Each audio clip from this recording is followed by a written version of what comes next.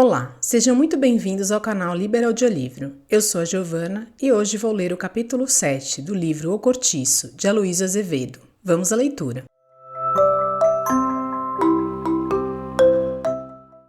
Capítulo 7.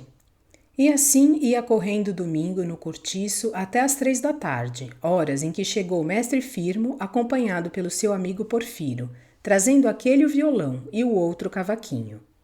Firmo, o atual amante de Rita Baiana, era um mulato pachola, delgado de corpo e ágil como um cabrito. Capadócio de marca, pernóstico, só de maçadas, e todo ele se quebrando nos seus movimentos de capoeira. Teria seus 30 e tantos anos, mas não parecia ter mais de 20 e poucos. Pernas e braços finos, pescoço estreito, porém forte, não tinha músculos, tinha nervos. A respeito de barba, nada mais que um bigodinho crespo, petulante, onde reluzia a cheirosa a brilhantina do barbeiro.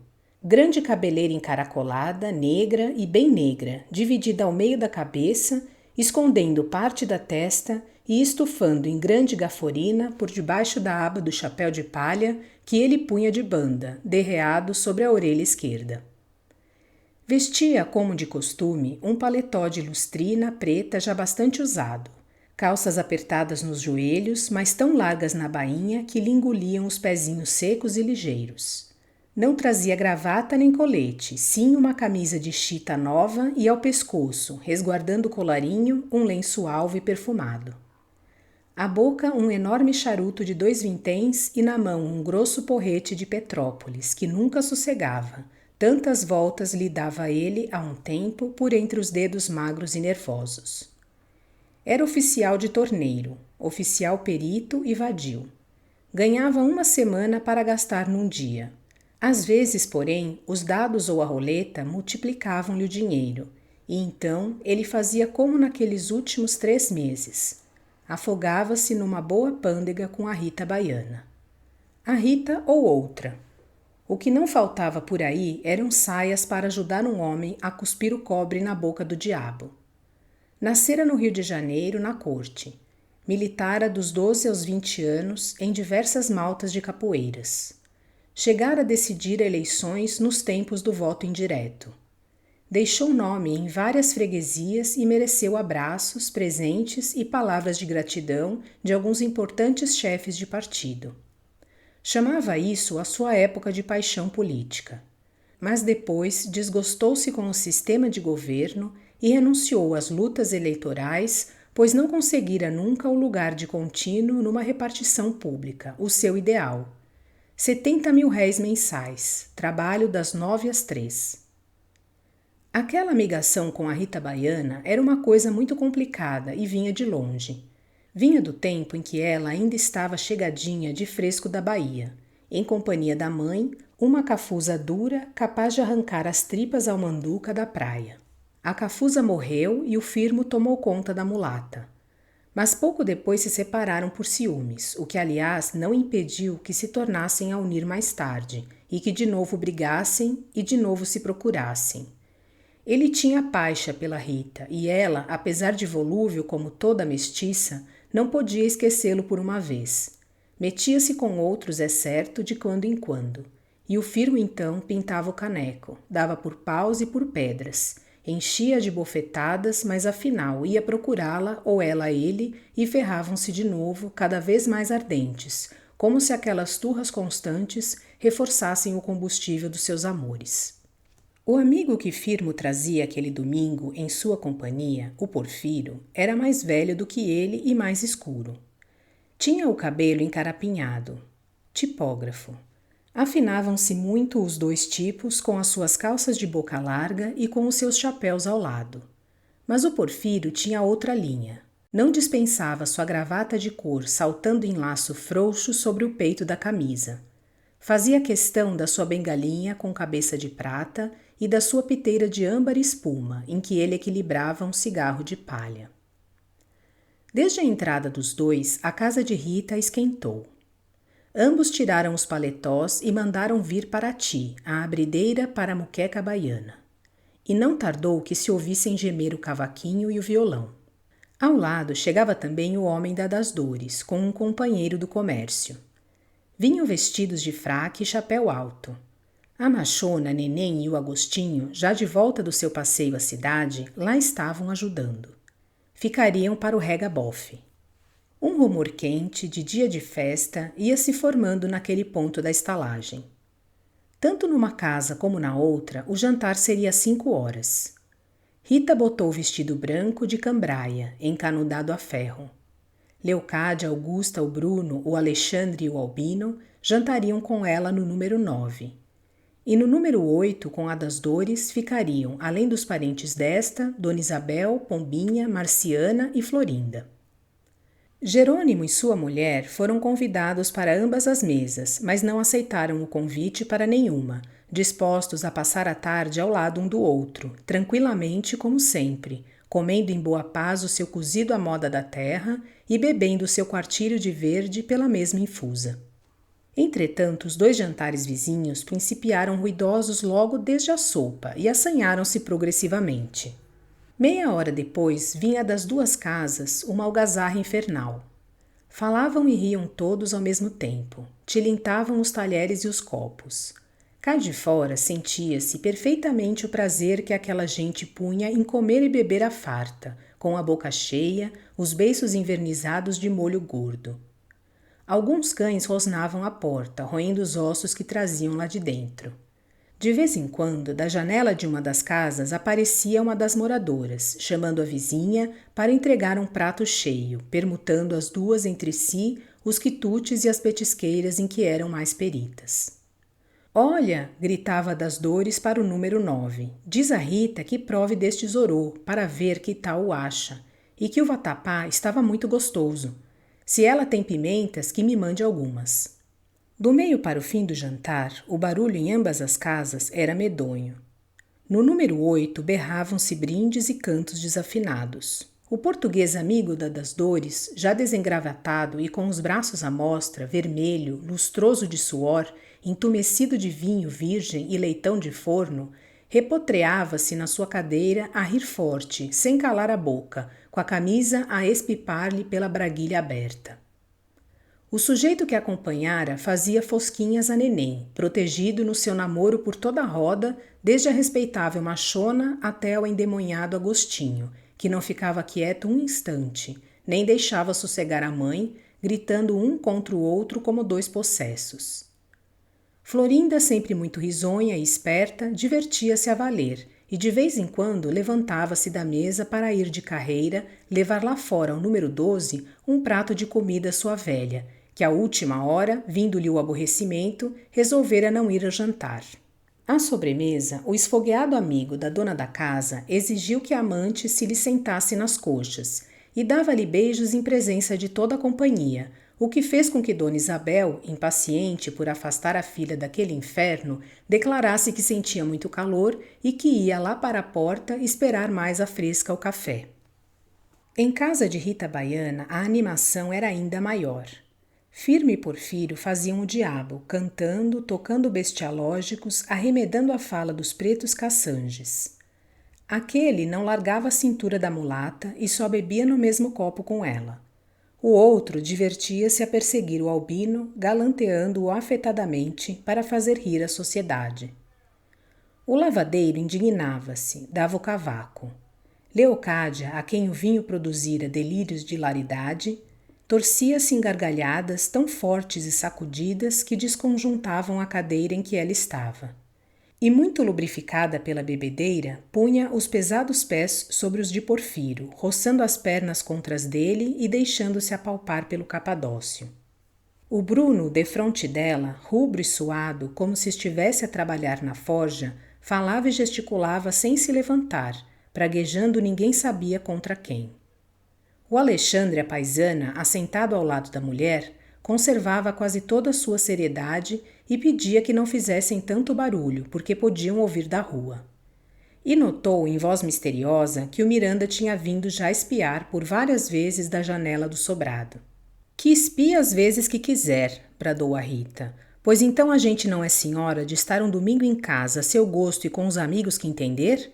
Que vá pro diabo que o lixe, eu não como nem bebo do que é dele.» Os 2 mulatos e o Bruno também eram da mesma opinião. Pois então, desde que se não ofendia nem prejudicava safardana nenhum com aquele divertimento, não havia de que falar. E que não entiquem muito, ameaçou o Firmo, que comigo é 9, e o trunfo é paus.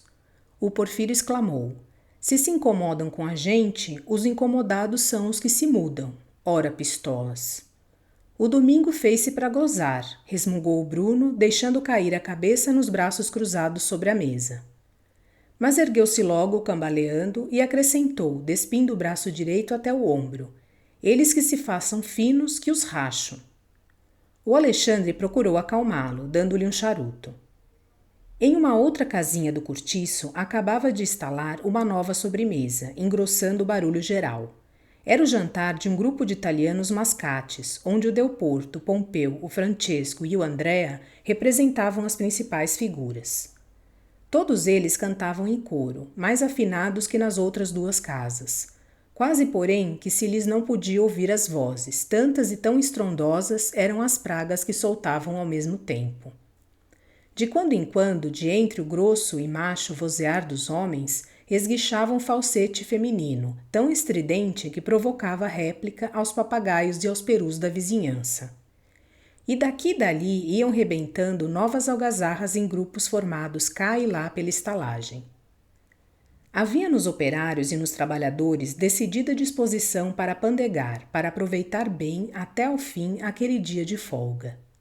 A casa de pasto fermentava revolucionada como um estômago de bêbado depois de grande bródio, e arrotava sobre o pátio uma baforada quente e ruidosa que entontecia.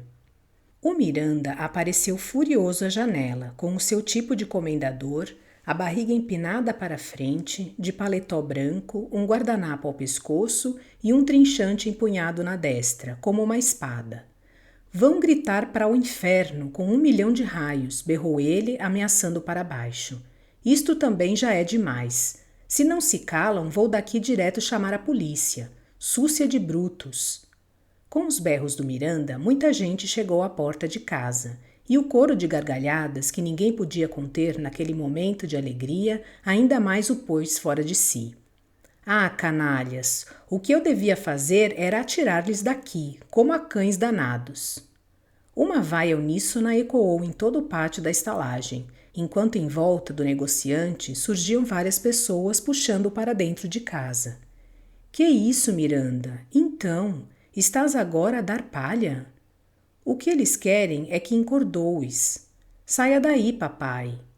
Olha alguma pedrada, esta gente é capaz de tudo.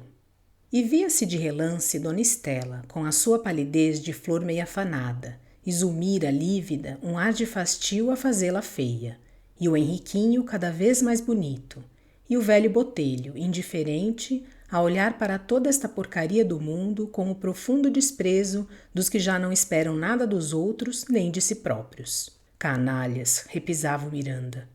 O Alexandre, que fora de carreira enfiar a sua farda, apresentou-se então e disse ao negociante que não era prudente atirar insultos cá para baixo. Ninguém o tinha provocado. Se os moradores da estalagem jantavam em companhia de amigos, lá em cima o Miranda também estava comendo com os seus convidados. Era mal insultar, porque palavra puxa palavra, e em caso de ter de depor na polícia, ele, Alexandre, deporia a favor de quem tivesse razão.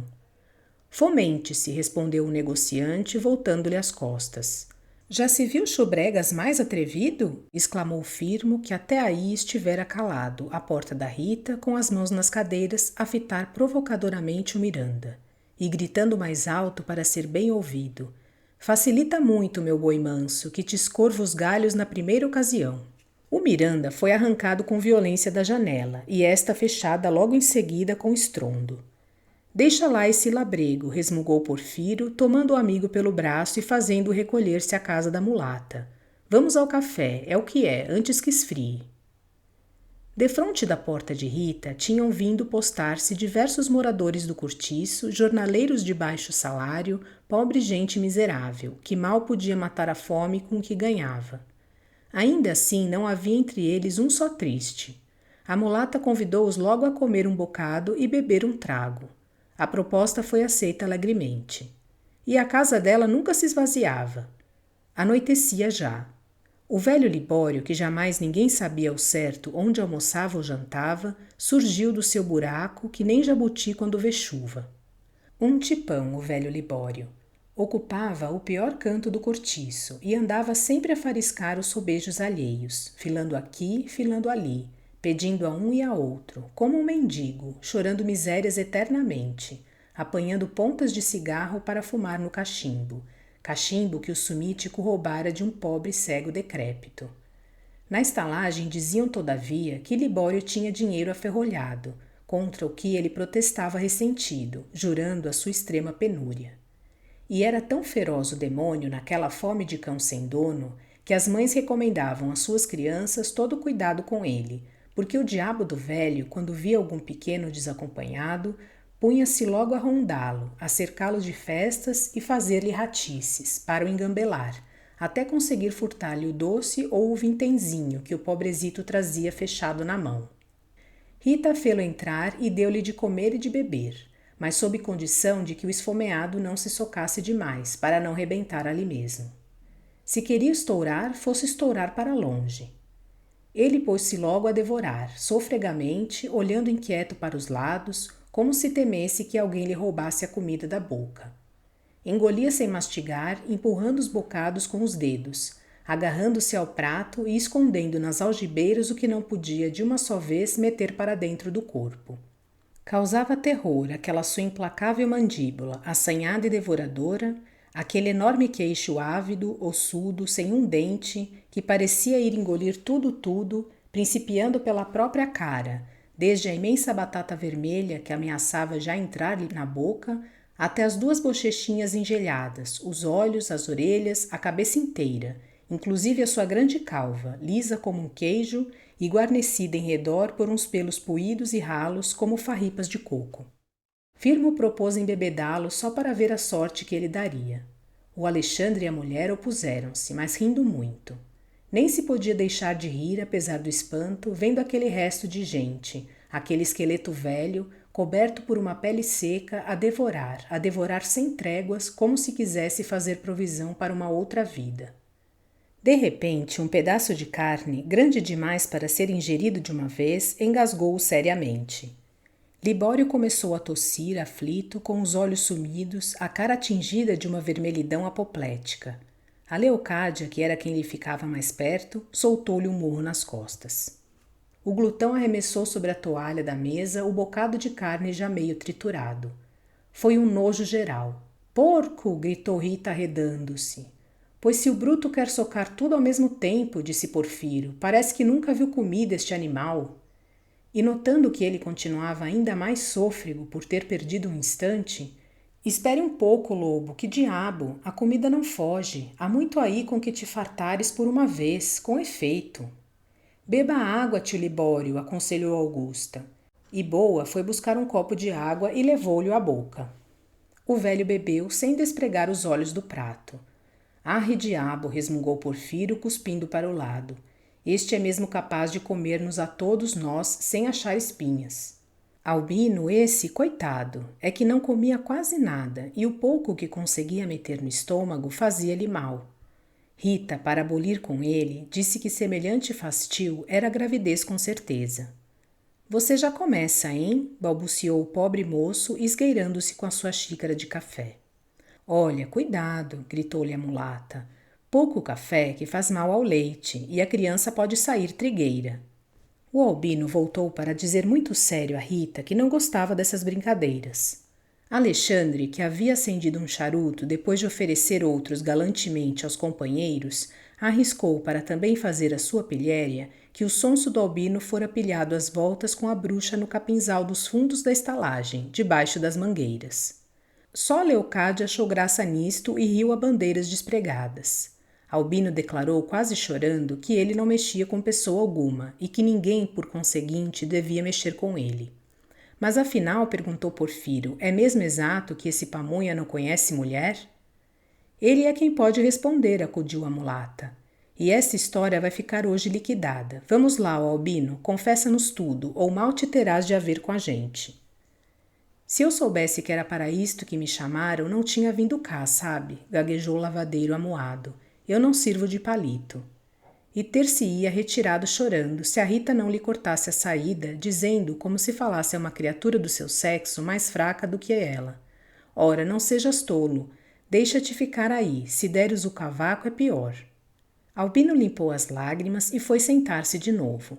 Entretanto, a noite fechava-se, refrescando a tarde com o sudoeste. Bruno roncava no lugar em que tinha jantado. A Leocádia passara livremente a perna para cima da de Porfiro, que a abraçava, bebendo para ti aos cálices.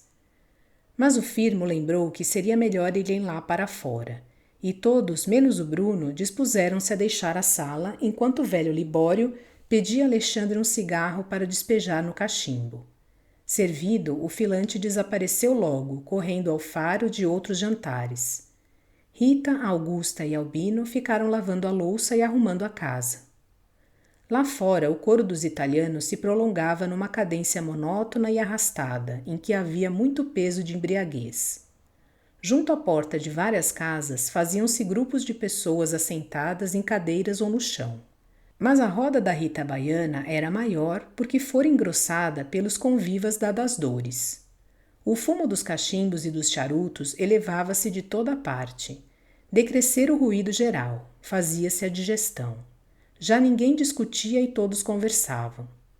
Acendeu-se o lampião do pátio, iluminaram-se diversas janelas das casinhas.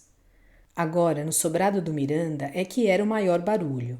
Saía de lá uma terrível gritaria de ripes e urras, virgulada pelo desarrolhar de garrafas de champanha. Como eles atacam, observou Alexandre já de novo sem farda. E, no entanto, reprovam que a gente coma o que é seu com um pouco mais de alegria, comentou a Rita. Uma súcia. Falou-se então largamente a respeito da família do Miranda, principalmente de Dona Estela e do Henrique. A Leocádia afiançou que, numa ocasião, espiando por cima do muro, trepada num montão de garrafas vazias que havia no pátio do cortiço, vira a sirigaita com a cara agarrada do estudante, aos beijos e aos abraços que era obra. E assim que os dois deram fé que ela os espreitava, deitaram a fugir que nem cães apedrejados. A Augusta Carne-Mole benzeu-se com uma invocação à Virgem Santíssima, e o companheiro do amigo das dores, que insistia no seu namoro com a neném, mostrou-se muito admirado com a notícia. Supunha Dona Estela um modelo de seriedade. Qual? Negou Alexandre. Isso por aí é tudo uma pouca vergonha, que faz descrer um homem de si mesmo. Eu também já vi de uma feita bem boas coisas pela sombra dela na parede. Mas não era com o de estudante, era com um sujeito que lá ia às vezes, um barbado, careca e comido de bexigas. E a pequena vai pelo mesmo conseguinte. Esta novidade produziu grande surpresa no grupo inteiro. Quiseram os pormenores e o Alexandre não se fez de rogado. O namoro da Zulmira era com um rapazola magro, de lunetas, bigode louro, bem vestido, que lhe rondava a casa à noite e às vezes de madrugada. Parecia estudante. O que eles têm feito? Inquiriu a das dores. Por enquanto, a coisa não passa de namorico da janela para a rua. Conversam sempre naquela última do lado de lá de fora. Já os tenho apreciado quando estou de serviço. Ele fala muito em casamento e a pequena o quer. Mas pelo jeito o velho é que lhe corta as asas. Ele não tem entrada na casa? Não, pois isso é que eu acho feio. Se ele quer casar com a menina, devia entender-se com a família e não estar agora daqui de baixo a fazer-lhe fosquinhas. Sim, intrometeu-se o Firmo, mas não vê que aquele mesmo Miranda vai dar a filha a um estudante? Guarda para um dos seus. Quem sabe até se o bruto não tem já de olho por aí algum cafezista pé de boi. Eu sei o que é essa gente. Por isso é que se vê tanta porcaria por esse mundo de Cristo, disse Augusta. Filha minha só se casará com quem ela bem quiser. Que isto de casamentos empurrados à força acabam sempre desgraçando tanto a mulher como o homem.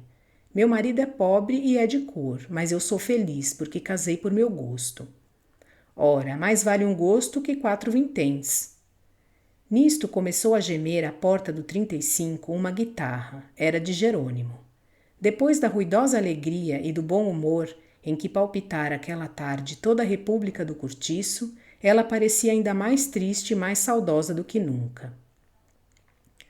Minha vida tem desgostos, que só eu sei compreender. Quando me lembro da terra, parece que vou morrer. E com o exemplo da primeira, novas guitarras foram acordando. E por fim, a monótona cantiga dos portugueses enchia de uma alma desconsolada o vasto arraial da estalagem, contrastando com a barulheira alacridade que vinha lá de cima, do sobrado do Miranda. Terra minha que te adoro, quando é que eu te torno a ver? Leva-me deste desterro, basta já de padecer. Abatidos pelo fadinho harmonioso e nostálgico dos desterrados, iam todos, até mesmo os brasileiros, se concentrando e caindo em tristeza. Mas de repente o cavaquinho do Porfírio, acompanhado pelo violão do Firmo, romperam vibrantemente com um chorado baiano. Nada mais que os primeiros acordes da música crioula para que o sangue de toda aquela gente despertasse logo, como se alguém lhe fustigasse o corpo com urtigas bravas. E seguiram-se outras notas e outras cada vez mais ardentes e mais delirantes. Já não eram dois instrumentos que soavam, eram lúbricos gemidos e suspiros soltos em torrente, a correrem serpenteando como cobras numa floresta incendiada. Eram ais convulsos, chorados em frenesi de amor, música feita de beijos e soluços gostosos, carícia de fera, carícia de doer, fazendo estalar de gozo. E aquela música de fogo doidejava no ar como um aroma quente de plantas brasileiras, em torno das quais se nutrem, girando, moscardos sensuais e besouros venenosos, freneticamente, bêbedos do delicioso perfume que os mata de volúpia. E a viva crepitação da música baiana calaram-se as melancólicas toadas dos de além-mar. Assim, a refulgente luz dos trópicos amortece a fresca e doce claridade dos céus da Europa, como se o próprio sol americano, vermelho esbraseado, viesse, na sua luxúria de sultão, beber a lágrima medrosa da decaída rainha dos mares velhos. Jerônimo aliou-se de sua guitarra e ficou com as mãos esquecidas sobre as cordas, todo atento para aquela música estranha que vinha dentro dele continuar uma revolução começada desde a primeira vez em que lhe bateu em cheio no rosto, como uma bofetada de desafio, a luz deste sol orgulhoso e selvagem, e lhe cantou no ouvido o estribilho da primeira cigarra, e lhe acidulou a garganta o suco da primeira fruta provada nestas terras de brasa, e lhe entonteceu a alma o aroma do primeiro bogari, e lhe transtornou o sangue o cheiro animal da primeira mulher, da primeira mestiça que junto dele sacudiu as saias e os cabelos. Que tens tu, Jeromo? Perguntou-lhe a companheira, estranhando-o. Espera, respondeu ele, em voz baixa, deixa ouvir. Firmo principiava a cantar o chorado, seguido por um acompanhamento de palmas. Jerônimo levantou-se, quase que maquinalmente, e, seguido por Piedade, aproximou-se da grande roda que se formara em torno dos dois mulatos. Aí, de queixo grudado às costas das mãos, contra uma cerca de jardim, permaneceu sem tugir nem mugir, entregue de corpo e alma àquela cantiga sedutora e voluptuosa que o enleava e tolhia, como a robusta gameleira brava, o cipó flexível, carinhoso e traiçoeiro. E viu a Rita Baiana, que fora trocar o vestido por uma saia, surgir de ombros e braços nus para dançar. A lua destoldara-se nesse momento, envolvendo-a na sua coma de prata, a cujo refulgir os meneios da mestiça melhor se acentuavam, cheios de uma graça irresistível, simples, primitiva, feita toda de pecado, toda de paraíso, com muito de serpente e muito de mulher. Ela saltou em meio da roda, com os braços na cintura, rebolando as ilhargas e bamboleando a cabeça, ora para a esquerda, ora para a direita, como numa sofreguidão de gozo carnal, num requebrado luxurioso que a punha ofegante. Já correndo de barriga empinada, já recuando de braços estendidos, a tremer toda, como se fosse afundando num prazer grosso que nem azeite, em que se não toma pé e nunca se encontra fundo. Depois, como se voltasse à vida, soltava um gemido prolongado, estalando os dedos no ar e vergando as pernas, descendo, subindo, sem nunca parar com os quadris, e em seguida sapateava, miúdo e cerrado, freneticamente, erguendo e abaixando os braços que dobrava, ora um, ora outro, sobre a nuca, enquanto a carne lhe fervia toda, fibra por fibra, titilando. Em torno o entusiasmo tocava ao delírio. Um grito de aplausos explodia de vez em quando, rubro e quente, como deve ser um grito saído do sangue. E as palmas insistiam, cadentes, certas, no ritmo nervoso, numa persistência de loucura. E arrastado por ela, pulou areno firmo, ágil, de borracha, a fazer coisas fantásticas com as pernas, a derreter-se todo, a sumir-se no chão, a ressurgir inteiro com um pulo, os pés no espaço, batendo os calcanhares, os braços a querer fugirem-lhe dos ombros, a cabeça a querer saltar-lhe. E depois surgiu também a Florinda, e logo o Albino, e até quem diria, o grave e circunspecto Alexandre. O chorado arrastava-os a todos despoticamente, desesperando aos que não sabiam dançar. Mas ninguém como a Rita, só ela, só aquele demônio tinha o mágico segredo daqueles movimentos de cobra amaldiçoada. Aqueles requebros que não podiam ser sem o cheiro que a mulata soltava de si e sem aquela voz doce, quebrada, harmoniosa, arrogante, meiga e suplicante. E Jerônimo via e escutava, sentindo ir-se-lhe toda a alma pelos olhos enamorados. Naquela mulata estava o grande mistério, a síntese das impressões que ele recebeu chegando aqui. Ela era a luz ardente do meio-dia. Ela era o calor vermelho das cestas da fazenda. Era o aroma quente dos trevos e das baunilhas, que o atordoara nas matas brasileiras. Era a palmeira virginal e esquiva que se não torce a nenhuma outra planta. Era o veneno e era o açúcar gostoso. Era o saputi mais doce que o mel e era a castanha do caju que abre feridas com o seu azeite de fogo.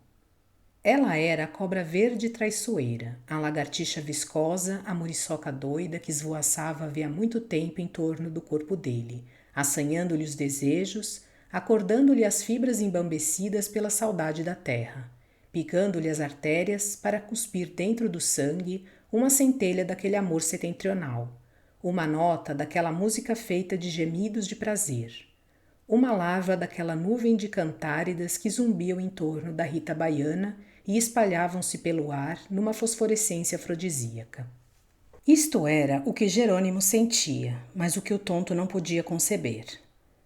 De todas as impressões daquele resto de domingo, só lhe ficou no espírito o entorpecimento de uma desconhecida embriaguez, não de vinho, mas de mel chuchurreado no cálice de flores americanas, dessas muito alvas, cheirosas e úmidas, que ele na fazenda via debruçadas confidencialmente sobre os limosos pântanos sombrios, onde as oiticicas trescalam um aroma que entristece de saudade.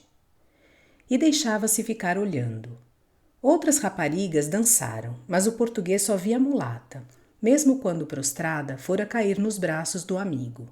Piedade, a cabecear de sono, chamara-o várias vezes para se recolherem.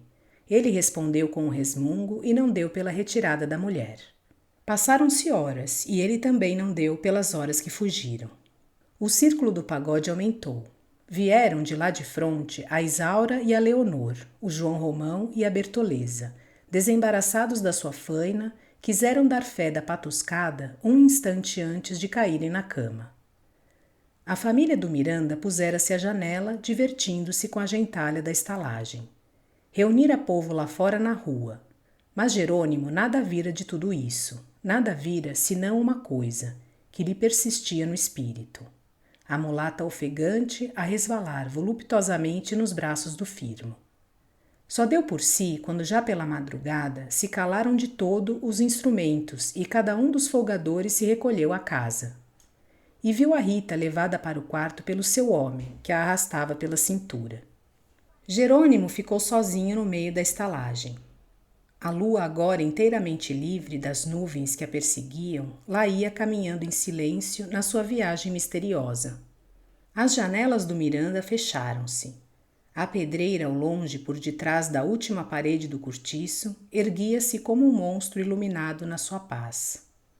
Uma quietação densa pairava já sobre tudo.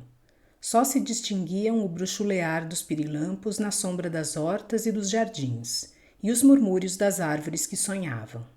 Mas Jerônimo nada mais sentia nem ouvia do que aquela música embalsamada de baunilha que lhe entontecera a alma, e compreendeu perfeitamente que dentro dele aqueles cabelos crespos, brilhantes e cheirosos da mulata principiavam a formar um ninho de cobras negras e venenosas, que lhe iam devorar o coração. E erguendo a cabeça, notou no mesmo céu, que ele nunca vira senão depois de 7 horas de sono, que era já quase ocasião de entrar para o serviço. E resolveu não dormir, porque valia a pena esperar de pé. Espero que tenham gostado da leitura deste capítulo do livro O Cortiço, de Aloísio Azevedo. Obrigada por sua companhia. Até a próxima!